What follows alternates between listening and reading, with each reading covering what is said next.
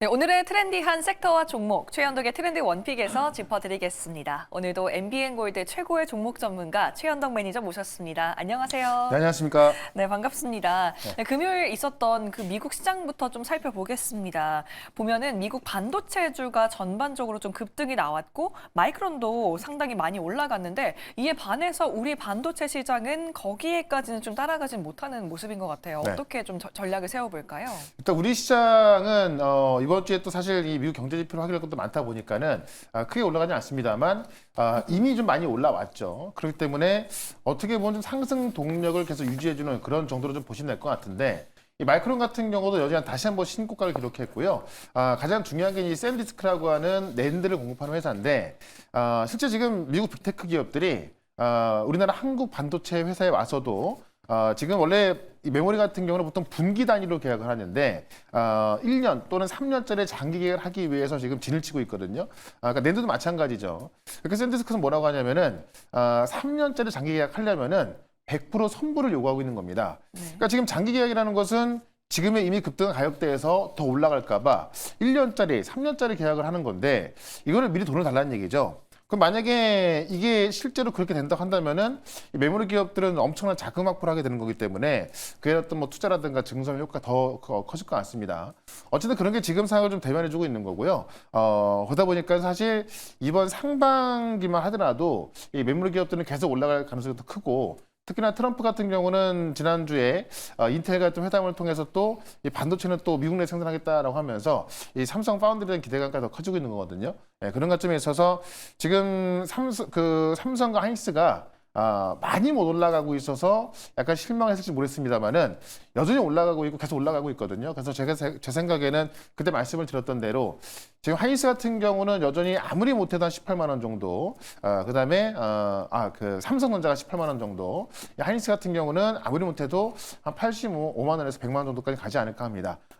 그렇다 본다면은 지금은 여전히 실제 이 업황이라든가 그런 부분에 있어서 사실 의심이 될 만한 부분은 저는 뭐 1도 없다 보거든요. 그러니까는 좀 편안하게 보여주려 괜찮을 것 같고 오히려 만약에 뭐 다른 변수로 인해서 좀 조정이 나온다고 한다면은 그때는 매수 기회를 봐야 한다. 이렇게 한번 정리를 해보도록 하겠습니다. 네, 좋습니다. 그렇다면 저희 미국 시장에 관련해서 조금 더 이슈가 있었던 게 있죠. 바로 미국 트럼프 대통령이 이란과 멕시코에 대해서 마약 카르텔을 좀 많이 잡겠다 이렇게 선포를 했는데 그래서 이제 유가 시장도 많이 급등을 한 반면에 우리 시장은 그렇게까지 또 타격을 받지는 않아서 좀 다행인 것 같기도 해요. 네. 이런 지정학적 리스크 어떻게 좀 대응해 보면 좋을까요? 그러니까 어떻게 보면 좀 유가만 급등을 한 거고 지금 미증시도 그렇고 우리 증시도 그렇고 큰 영향은 없습니다. 아직까지는. 근데 원래 우리 같은 경우는 이 지정학적 리스크가 가장 취약하던 나라거든요. 그러니까 그렇죠. 유가만 급등하면은 우리는 다 빠졌었는데 오늘 보시면 그렇지 않습니다.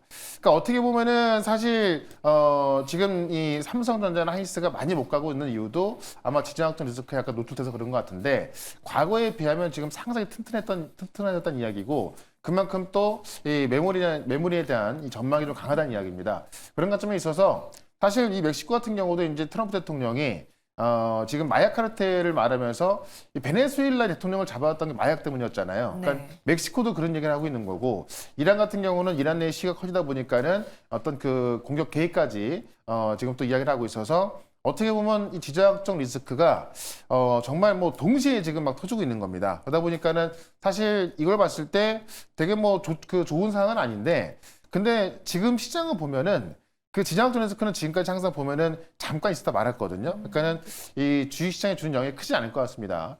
과거에는 단기적인 영향이 꽤 컸지만은 지금은 뭐 이 AI라든가 또 지금 오늘 밤부터 JP모건 헬스케어가 시작하는데 이런 모멘텀이 좀 워낙에 크다 보니까는 시장에 미치는 영향이 그렇게 큰 것 같지는 않아요. 그런 것점에 있어서 만약에 그걸로 인해서 조정이 나온다면 저는 뭐 무조건 매수 기회를 보는 게 맞을 것 같고 지금은 사실 그렇게 큰 영향도 없으니 계속 우리가 신경을 써야겠지만 당장 주식시장에 미치는 영향은 작다. 이렇게 좀 보시면 될 것 같습니다. 네, 그만큼 우리 시장이 좀 많이 튼튼해졌다라고 좀 정리를 해주셨는데요. 그렇다면 저희가 그동안 담아왔던 종목들도 얼마나 또 올라갔을지 확인해 봐야겠죠? 저희 첫 번째 종목부터 리뷰 들어가 보도록 하겠습니다. 먼저 대한전선 좀 봐야겠는데요. 1월 5일에 매수한 이후에 지금 9% 수익, 오늘도 3% 넘게 올라가는 상황입니다. 네. 계속 홀딩 해야겠죠? 그러니까 저는 이 전고점을 돌파하는 게 시기의 문제지 결국은 갈 거라 보는데 지금 그 에너지가 얼마나 달라지고 있냐면 쉽게 말해서 이렇게 생각하시면 될 것 같아요. 그냥 데이터 센터에 공급하던 전력선하고 지금 AI 데이터 센터 그 공급하는 전력선이 다른 겁니다. 그러니까는 이 AI 데이터 센터는 전력 어떤 수요 그 공급 자체가 그러니까 수요 자체가 일정하게 쓰는 게 아니라 뭐 한 번에 10배가 급등했다가 다시 사라지기도 하거든요. 그러니까는 그만큼 이 HVDC라고 하는 이 고압 전력 써야 되는 건데 그걸로 바꿔야 되는 거죠. 그래서 그게 안 되면 사실 이 AI 데이터 센터에 대해서 어떻게 보면 나중에 전력 공급이 힘들 수밖에 없기 때문에 다 교체가 이루어지고 있는 거거든요. 그런 관점에 있어서 이번 연도 같은 경우도 사실 뭐 매출은 클 수밖에 없는 상황에서 여전히 뭐 25년에 이어서 26년도 이 매출에 대한 기대감을 커지고 있다라고 봤을 때 결국 AI에 대한 모멘텀을 저는 에너지로 간다고 보고 있거든요. 그런 부분에 있어서 여전히 전고점 돌파까지 한번 노려보자 이렇게 한번 정리해 보겠습니다.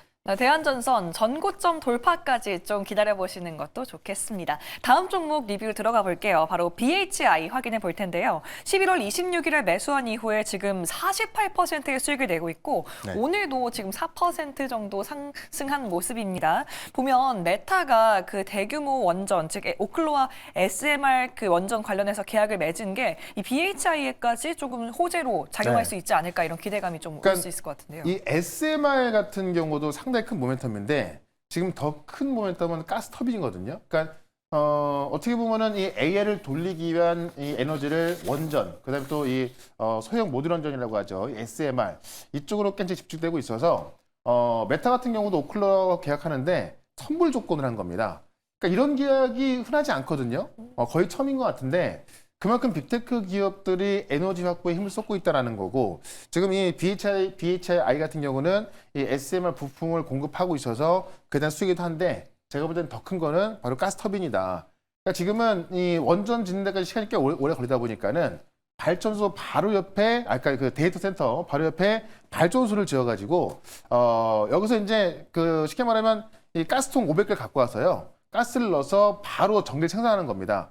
그거를 만들 수 있게 해주는 가스터빈이고 그래서 두산 에너빌리티가 지금 일론 머스크한테 공급하고 있는 건데 그 복합 그 화력 발전소에 들어가는 이제 열 회수 보일러라고 해서 새어나는 열을 다시 잡아갖고 또 그거를 에너지 만드는 이 이제 그 장치가 이제 HRSG인데 그게 지금 그 국내 1등이 이제 바로 BHI인 거죠. 그래서 가스터빈하면은 두산 에너빌리티고 그와 연관된 장비가 BHI이기 때문에 저는 지금도 너무 큰 좋은 기회라 보고 있거든요. 그래서 지금 AI 데이터 센터에 있어서 이 에너지 확보가 시급한 걸 알고 있다면은 BHI는 지금도 한번 접근해 보자 이렇게 한번 정리해 보겠습니다. 네, BHI도 지금도 매수하셔도 괜찮다라는 의견도 주셨습니다. 마지막 종목 리뷰 들어가 보겠습니다. 바로 올릭스 확인해 볼 텐데요. 12월 4일에 매수한 이후에 33%의 수익을 내고 있습니다. 지금 마침 또 JP모건 헬스케어가 시작이 되어서 이 메시 치료제의 강자가 될 수 있을까 하는 기대감이 또 쏠리겠죠. 네, 그러니까 이 메시 치료제가 그야말로 블루오션이고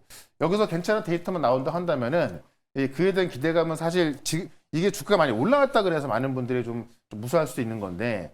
이 메시 치료제 블루오션이라는 것은 지금 뭐 정말 이 수십 조의 시장이 열릴 수 있다는 얘기거든요. 그러니까 네. 아직까지 치료제가 없다 보니까는 그런 기대가 있는 거고 그러다 보니까는 많은 빅파마 기업들이 지금 비만 치료제에 이어서 이 비만 치료제가 이제 갖고 있는 이 메시 치료제 어떤 데이터를 보고 있는 겁니다.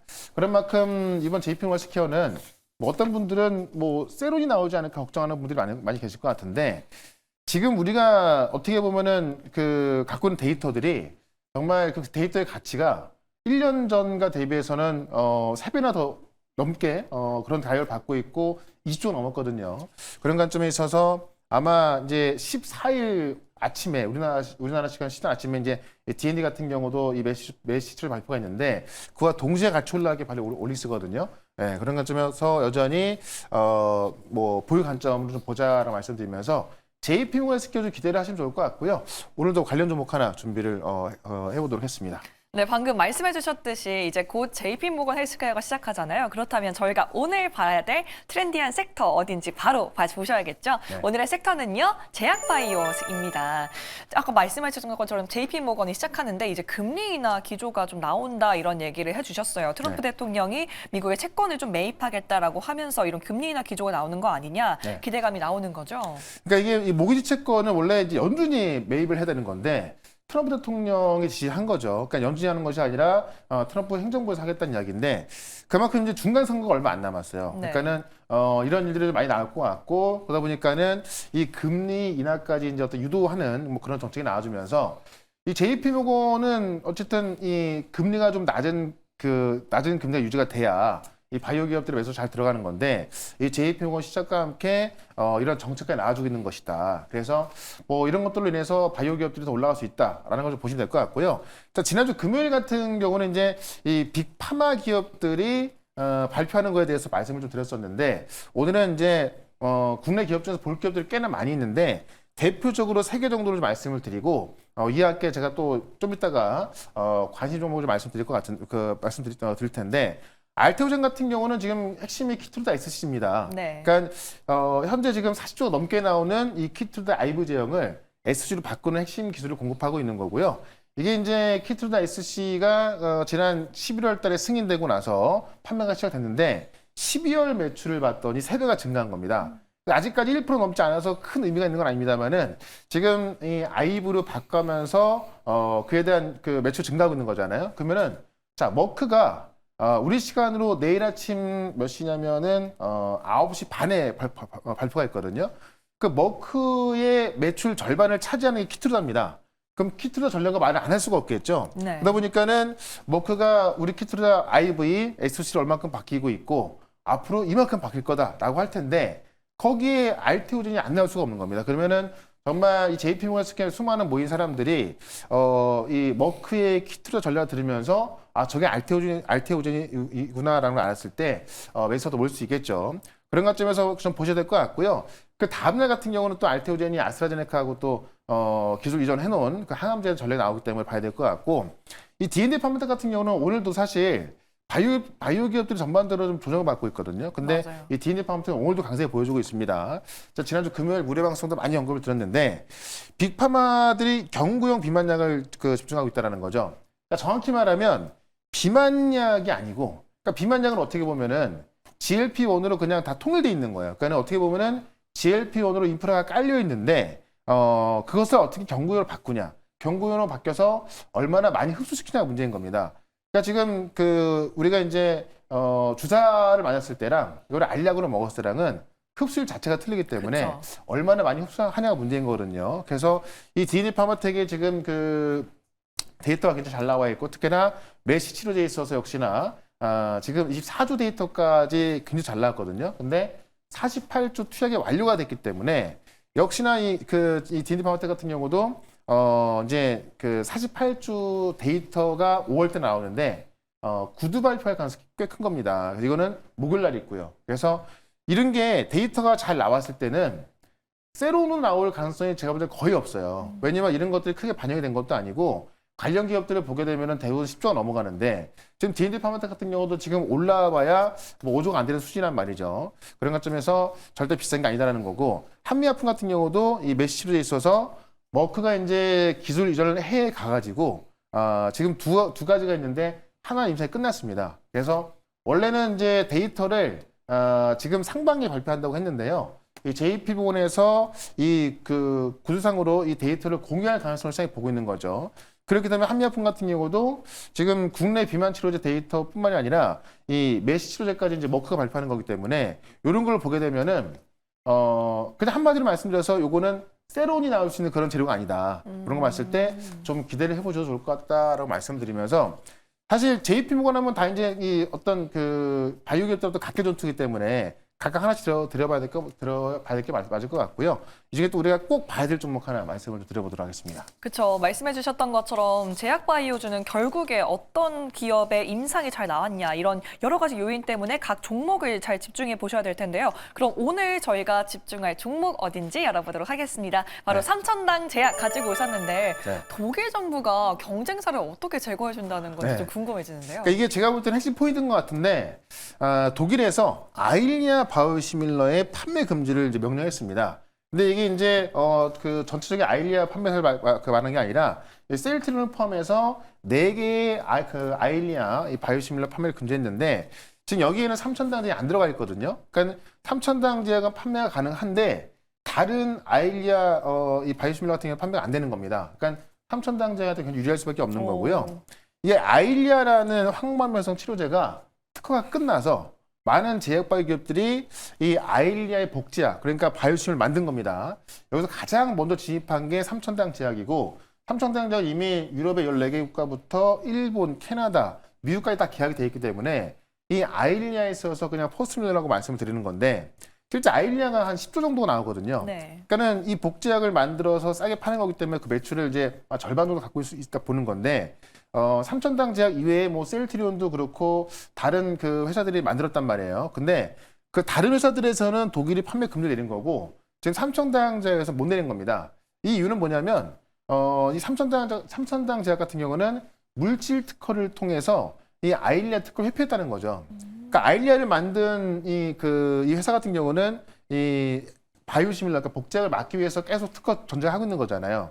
다른 기업들은 막았는데 삼천당제 못 막았다는 겁니다. 그러니까 독일 정부가 이제 다른 기업들 못 팔게 했기 때문에 오히려 지금 삼천당제약의 경쟁을 막아주고 있다라는 거고, 이거 외에도 지금 이 GLP-1계열의 경구용 치료제를 또 개발하고 있어서 이것도 또 하나의 재료가 되는 거죠. 그래서 실질적으로 이 본업인 바이오시밀러 부분에 있어서 큰 수혜가 되고 있는 부분에 있어서 이 GLP-1 계열의 경구용 치료까지 보면 되겠다라고 말씀드리면서 차트 한번 보도록 하겠습니다. 네, 삼천당 제약 오늘 들어가고 싶어도 오늘 아침에 이미 10%가 올랐다가 지금 좀 조정돼서 7% 정도 오른 상태인데 네. 지금 들어가기 약간 겁나거든요. 지금 보니까 이제 3%까지 내려와 있는 건데 그러네요. 너무 좋은 게 같고요. 아마도 이제 이 정고점을 돌파하는 과정에 있어서 매물 좀 많이 나오는 것 같아요. 그래서 엊그제 같은 경우도 음봉이 있었고 오늘 같은 경우 꼬리가 있는 건데 오히려 꼬리가 있을 때 좀 접근하기 좋은 가격을 말씀드리면서 실제로 이제 아일리아 매출 나오고 있는 거기 때문에 이거는 뭐 신약 개발에 대한 기대감 그게 안 되면 빠진다 그런 게 아니거든요. 실제로 이제 개발이 완료가 돼서 판매가 되고 있는 거기 때문에 실적 기대감으로 보자라고 말씀드리면서 일단 목표가는 30만 원까지 말씀을 드리고요. 손절가는 23만 원으로 대응을 해보도록 하겠습니다. 네, 저희 삼천당 제약 목표가와 손절가 하단 라인 참고해 주시기 바랍니다. 매니저님, 오늘은 평소보다 조금 더 일찍 무료 방송 들어가신다고요? 네, 무료 방송이 좀 일찍 시작하는데요. 지금 오늘 밤부터 JP모건스퀘어가 시작을 하잖아요. 그래서 각 종목도 다시 한번 추가된 내용도 좀 짚어드릴 거고 반도체 부분은 이번 연도에 꽤 크게 올라갈 겁니다. 그래서 반도체까지 한번 설명드릴 거니까는 한 3시 40분쯤 시작하는 무료 방송 유튜브에서 최현덕 검색하시고요. 유튜브 실시간 방송 들어오시면 되겠습니다. 네, 오늘은 3시 40분에 최현덕 검색하셔서 들어오시는 거 잊지 마시고요. 저희는 내일 이 시간 돌아오도록 하겠습니다. 매니저님 고맙습니다. 네, 고맙습니다.